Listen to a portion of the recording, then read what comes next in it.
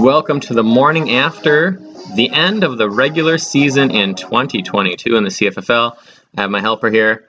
We had late starts, that means there was no 4K today. So we're here and ready to get talking about the show. You ready to talk some fantasy football? Mm-hmm. Good. Glad. I know you've been waiting all day to talk. So, number one, first of all, the high point standings on the year. Dr. Dangerous and the Gargoyles, or the Gargactyls, each had 3 wins this year, so they'll split the $10, so it's an extra $5 each of them will get. Team Price is Right, Cardinals and the Horn Dogs each had 2, Badgers and Maulers each had 1, and then a few other teams did not have any high points this year. Then in terms of the records this year, Dr. Dangerous did finish with 1,156.5 points, the third best total in league history. He came 16 points away from getting the most points in league history.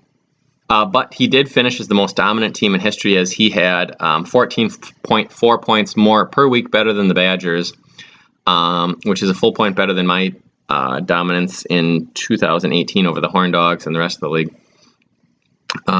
Pretty much it was a low-scoring year this year, except Dr. Dangerous. You had a really good year, and everybody else was below average this year in terms of where they are per standings in the league. The other end of the spectrum, I also set the record for most points against with 1044.5, breaking the record set by the Sasquatches at the time in 2020 with 1040. The last 2 weeks, I think they only combined for like 96 points against me, which usually was 1 week against me, so that brought that total down. I had to squeak by to get that. So thanks, Brent, for making sure you did get a couple more points for me there at the end. Now, lastly, I will not do a show next week. We'll be in Tampa watching the Buccaneers and Bengals. Hopefully the Buccaneers play halfway decent and don't get throttled. Thought I'd go see the Buccaneers sometime in their stadium when Brady is still there. So the next time I'll do it will be in 2 weeks. That'll be like right during the Super Bowl pod. I'll send an email next week, though, going over the home field advantage. And then 2 weeks I'll do the fantasy honors and the all fantasy team, and then we'll do one at the end of the year with celebrating the winner.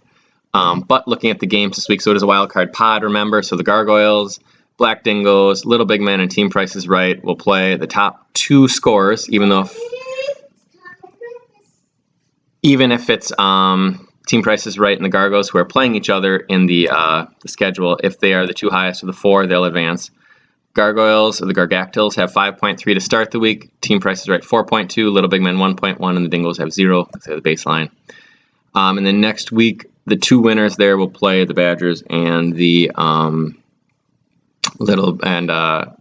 Dr. Dangerous. And then one time the high points will be put in there, the home field advantage. Dr. Dangerous will have about 16 points, but that'll be broken up over 2 weeks. If it was 1 week, he was probably going to win.